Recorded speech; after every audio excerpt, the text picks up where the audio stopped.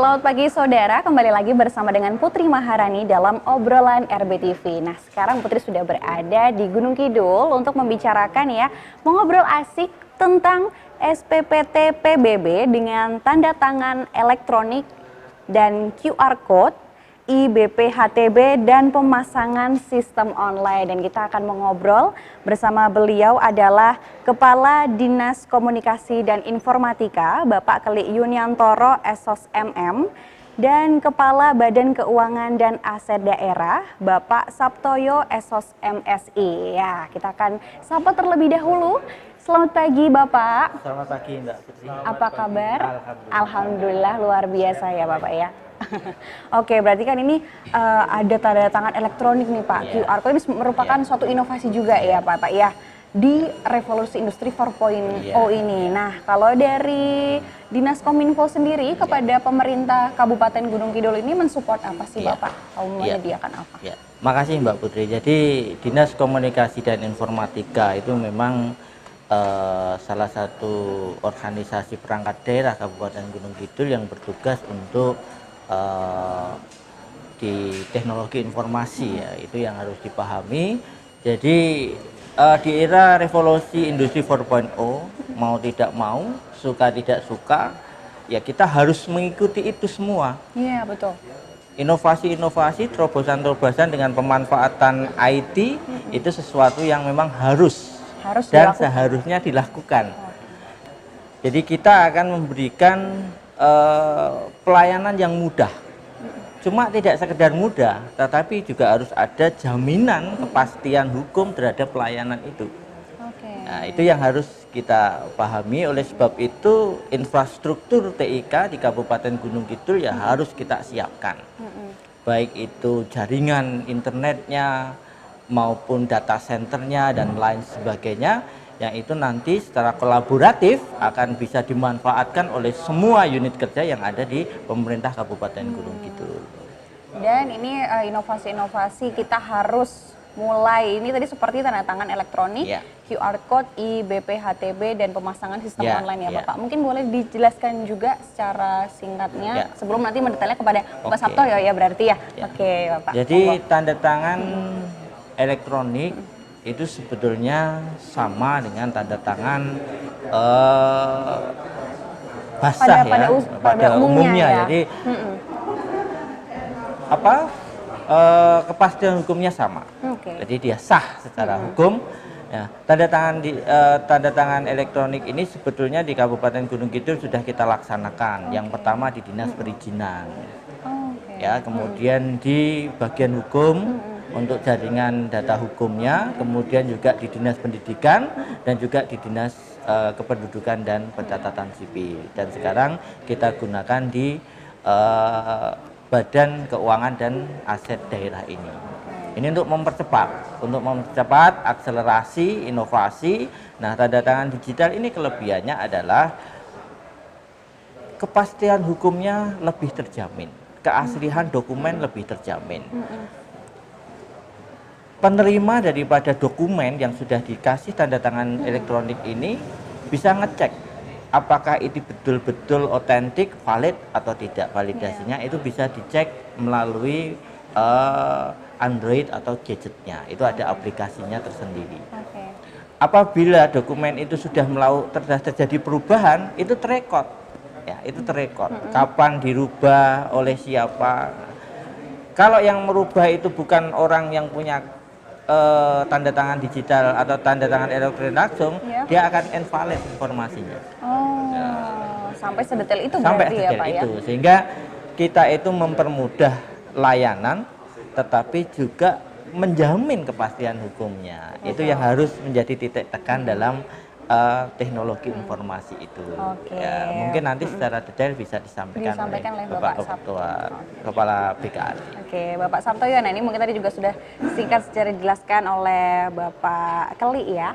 Nah, ini seperti apa sih tanda tangan elektronik ini? Mungkin ketika sudah digunakan juga kan ya tadi di beberapa dinas juga. Nah, ini awal mulanya atau mungkin untuk masyarakat sendiri yang ingin menggunakan mungkin harus melalui mana gitu atau bagaimana nih Bapak sebenarnya? Terima kasih Mbak Putri. Terkait dengan latar belakang penggunaan tanda tangan elektronik atau sertifikasi ini memang berawal dari kegelisahan kita. Ketika kemudian jumlah SPPT PBB kita itu 598.346 lembar. Bayangkan kalau itu harus tanda tangan secara manual, tidak mungkin. Nah, makanya selama ini kemudian karena dulu belum ada tanda tangan elektronik, ditempuh dengan cara pakai stempel. Nah, terhadap keabsahan ini juga kan ini juga kita masih ragu dengan itu. Makanya kemudian kita difasilitasi dari Pak Kli dan jajarannya dari Kominfo, kita ke BSRE, Badan Sertifikasi Elektronik.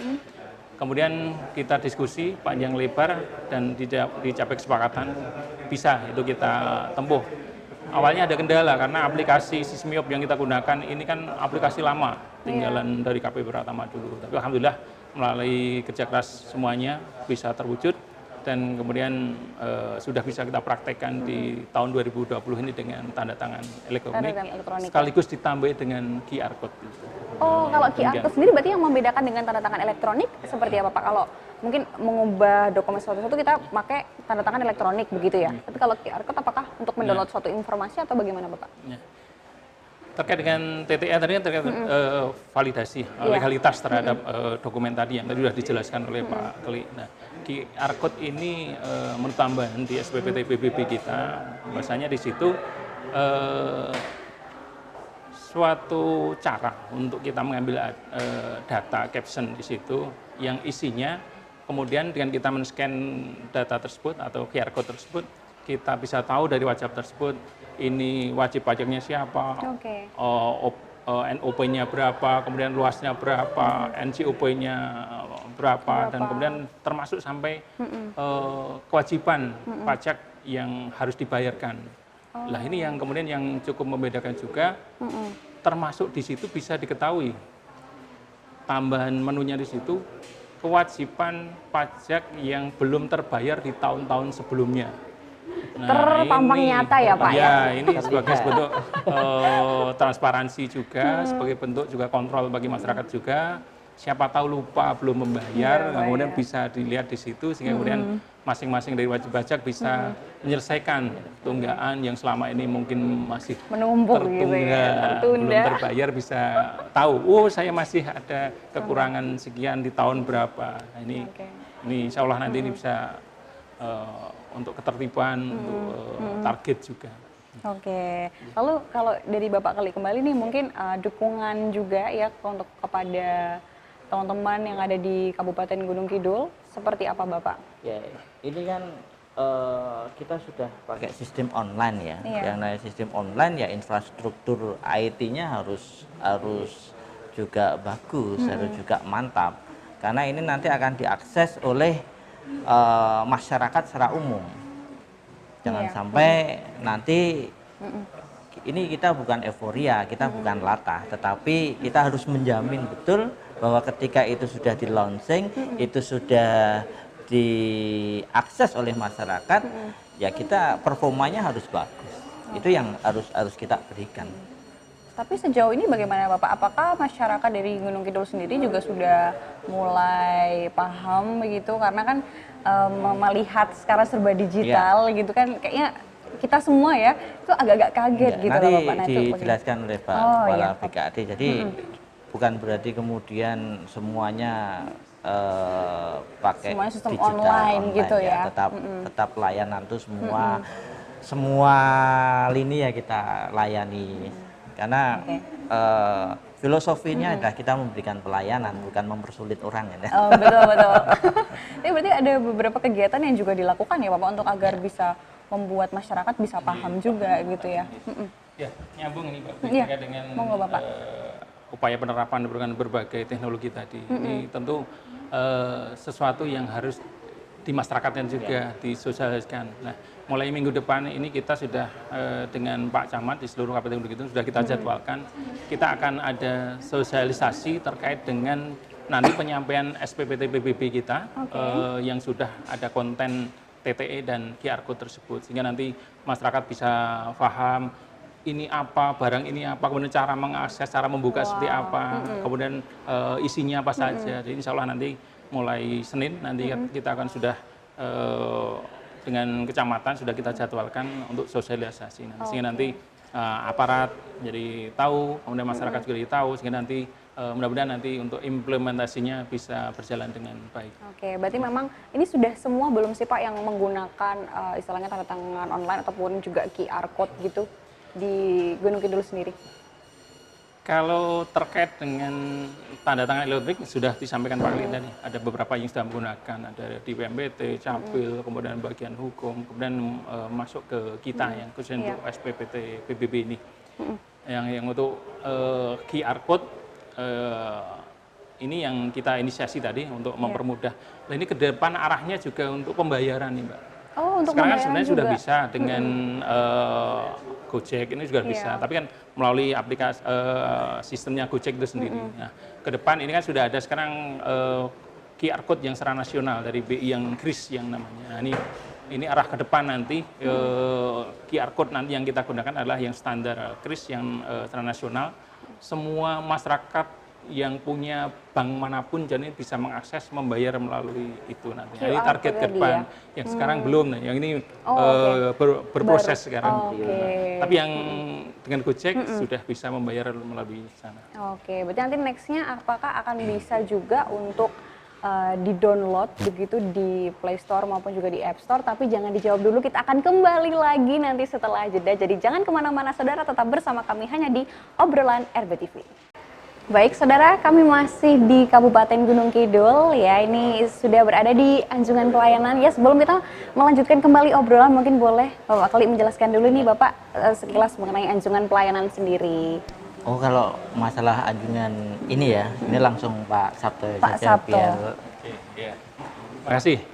Anjungan pelayanan ini sebagai upaya kita dalam kerangka perbaikan pelayanan kita tadi menyongsong Era 4.0 tadi ya, Bapak ya. sehingga kita tentu harus menyambut itu. Selain juga memang masyarakat itu adalah raja yang harus kita layani dengan baik. Jadi kita berupaya menampilkan untuk pelayanan khususnya yang di BKAD, ada pajak daerah, retribusi daerah, perbendaharaan jadi satu di sini. Jadi satu ya. Mudah-mudahan lebih nyaman. Oh, itu yang nyaman sekali, asik sekali juga ya Bapak tempatnya ya.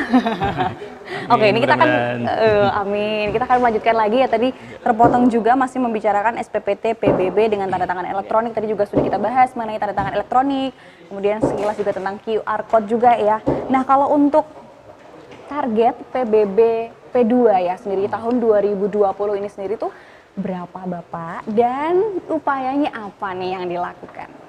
Iya, makasih Mbak Putri. Target PBB P2, PBB Perdesaan Perkotaan. Iya, itu di tahun 2020, 22 miliar. 22 miliar untuk ukuran gunung gitu. Itu udah besar.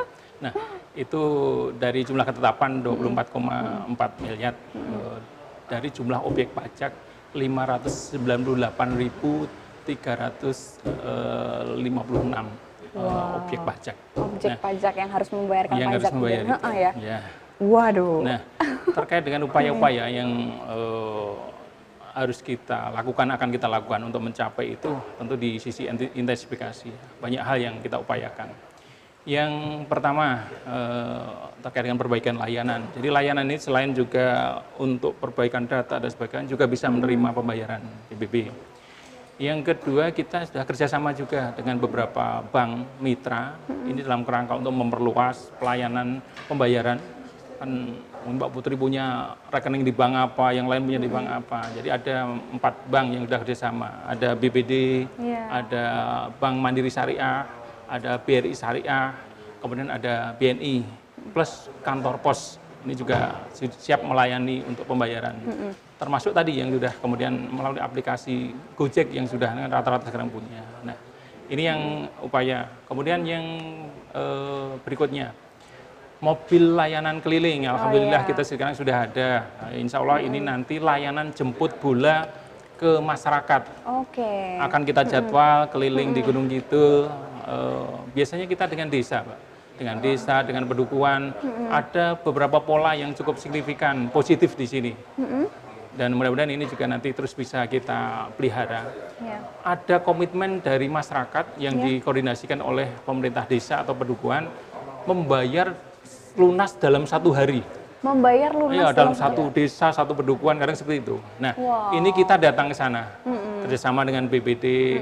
Sebelum kita kalau main punya mobil layanan, Ya. kita dengan kerjasama dengan mobil BPD. Kita datang ke sana, kita layani pembayaran, kita dekatkan pada masyarakat. Nah, itu yang langkah berikutnya. Kemudian QR code tadi juga itu sebagai upaya juga, gitu, terobosan untuk mempermudah juga. Targetnya berapa, bisa dilihat di situ, termasuk tunggaan, walau ada. Ini juga upaya. Kemudian juga perbaikan data, kita terus perbaiki data-data yang selama ini mungkin masih ada entah kesalahan nama, kesalahan di objek-objek sendiri dan sebagainya. Ini juga karena kesalahan-kesalahan itu menjadikan kemudian kendala dalam pembayaran pelunasan. Karena Misalnya, namanya salah input ada begitu salah ya dan Bapak ya. sebagainya. Ini kan juga terus termasuk wajib pajak yang ada di luar daerah. Kita tahu perkembangan Gunung Kidul yang terutama sektor selatan kan cukup menarik. Banyak orang luar daerah yang beli tanah di Gunung Kidul. Nah, peralihan ini kemudian kadang belum diikuti dengan perubahan SPPT. Nah, ini akan kita fokuskan dengan Pak Camat, dengan Pak Kades nanti kita petakan data-data yang wajib pajak di luar daerah ini. Nah, upayanya nanti kita padukan dengan NIK ya, kita kontrol dengan NIK sehingga kita tahu pemiliknya ini nanti ada di mana, nanti bisa kita kirimkan, entah kita korespondi dengan syukur-syukur kita dapatkan nomor HP, WA dan sebagainya. Ini banyak upaya yang akan kita lakukan selain koordinasi lintas sektoral juga dengan desa, dengan kecamatan, dengan OPD terkait, termasuk dukungan dari Kominfo yang terus secara teknologi mendukung kami. Mendukung terus ya Bapak ya. Oke. Kemudian kalau tadi kan juga dikatakan mobil layanan juga ya ini. Sebelumnya kan bersama dengan BPD juga. Nah, kalau untuk mobil layanan sendiri ini kira-kira penjadwalannya berapa kali seminggu atau per bulan atau bagaimana sih Bapak sebenarnya untuk agar masyarakat juga udah bisa istilahnya niteni gitu ya, sepertinya akan datang hari ini, jadi sudah mempersiapkan segala sesuatunya begitu. Terkait dengan jadwal, tentu kita akan koordinasi dengan desa kan, kaitannya tadi dengan ada jadwal-jadwal pembayaran di desa atau di pedukuhan. Berarti berbeda-berbeda ya? Yang berbeda ini akan kita kolaborasikan antara kita dengan BPD nantinya terkait dengan jadwal. Nah, ketika kosong, yang jadwal massal, kita akan manfaatkan itu untuk keliling. Pada spot-spot titik-titik tertentu yang itu di keramaian, yang bisa kita akses nanti kita ke sana. Selain untuk menerima pembayaran, mobil layanan ini juga untuk menerima pembayaran pajak yang lainnya. Ada 10 jenis di situ, jadi bisa. Jadi tidak hanya PBB P2. Nah, selain itu, mobil layanan ini juga kita siapkan secara teknologi, ini juga bisa untuk perbaikan data-data wajib pajak tadi. Nah, di situ ada yang salah nama tadi, salah NUP, desi luas dan sebagainya. Ini banyak hal yang di situ, double misalnya. Nah, ini juga siap kita layani melalui mobil pelayanan ini, sehingga tidak harus datang ke sini, tapi kita yang datang pada masyarakat. Pada masyarakat juga gitu ya. Nah, kalau dari mungkin dari Bapak Kali juga ini menanggapi dari Bapak Sabtoyo, mungkin kerjasama yang selama ini harus selalu bersinergi bagaimana nih Pak agar untuk menjaga kekompakan juga gitu. Karena kan kalau satu nggak jalan semua gitu ya Bapak ya. Salah satu syarat mutlak di revolusi 4.0 itu adalah kolaborasi. Kolaborasi itu apa? Kolaborasi itu sebetulnya masing-masing sektor atau masing-masing OPD itu harus saling bekerja sama, harus saling berkoordinasi. Misalkan tadi apa yang disampaikan oleh Pak Sabjo terkait dengan masalah PBB. Validasinya kita kolaborasikan dengan database kependudukan. Ada nomor induk kependudukan. Ya. Kemudian kita kolaborasikan dengan desa, dengan kecamatan. Kemudian bagaimana sosialisasinya supaya lebih cepat diketahui oleh masyarakat.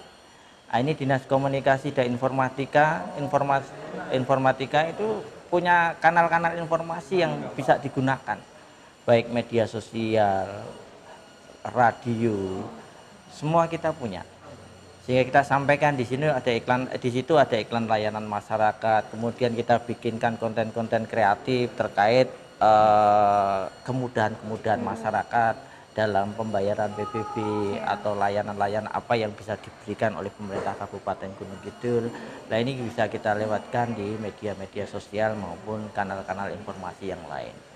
Jadi pada dasarnya Dinas Komunikasi dan Informatika itu akan mensupport seluruhnya, dari mulai infrastruktur IT-nya, kemudian pengintegrasian sistem informasinya, supaya data-data yang masuk itu menjadi satu kesatuan. Jadi data untuk semuanya.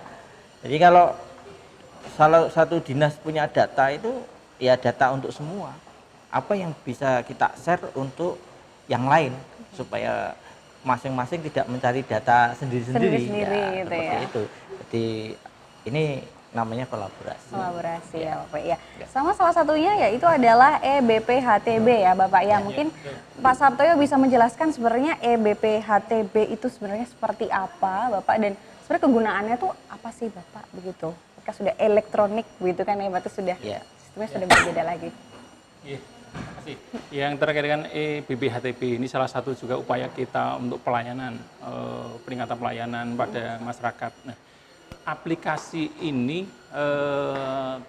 yang kita inisiasi terkait untuk peralihan hak atas tanah. Nah, itu kan ada tahapan-tahapan yang harus dilalui. Nah, aplikasi ini usernya adalah PPAT, PPATS, dan pejabat lelang negara. Jadi bukan masyarakat umum, pribadi secara pribadi. Karena pejabat-pejabat inilah yang sudah diberikan kewenangan untuk mengurusan terkait peralihan hak atas tanah tadi. Nah, ini yang selama ini kan manual. Iya. Ketika manual, teman-teman yang mungkin sebagian tadi yang hadir di sini tadi kan kadang harus wirawiri datang ke sini. Iya Pak, betul.